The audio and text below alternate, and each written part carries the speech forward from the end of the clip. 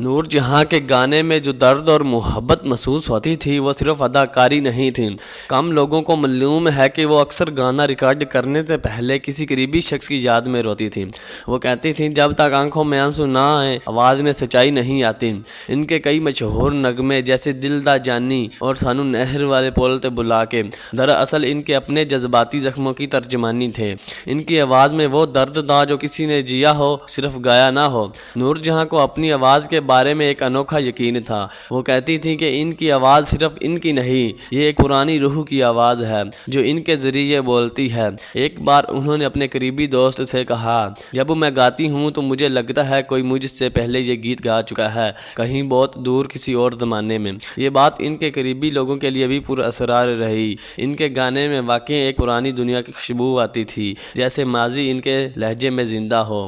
ان کے پاس ایک مخصوص مائکرو فون تھا جسے وہ اپنا خوش نصیب مائک کہتی تھیں۔ یہ مائک انہوں نے 1940 کی دہائی میں بمبئی سے خریدا تھا اور وہ مانتی تھی کہ اسی سے ان کی آواز میں وہ نرمی اور چمک پیدا ہوتی ہے۔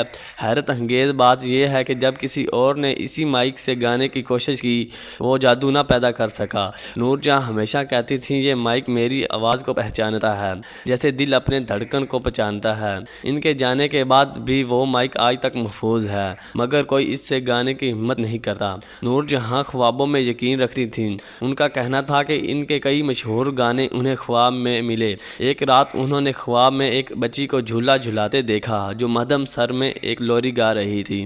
اگلی صبح وہی دھن انہوں نے ریکارڈ کی اور وہ گانا بعد میں لاکھوں دلوں کی دھڑکن بن گیا۔ وہ اکثر کہتی تھی میری موسیقی زمین سے نہیں آتی، آسمان سے آتی ہے۔ یہی روحانی احساس ان کی آواز کو عام سے غیر معمولی بناتا تھا۔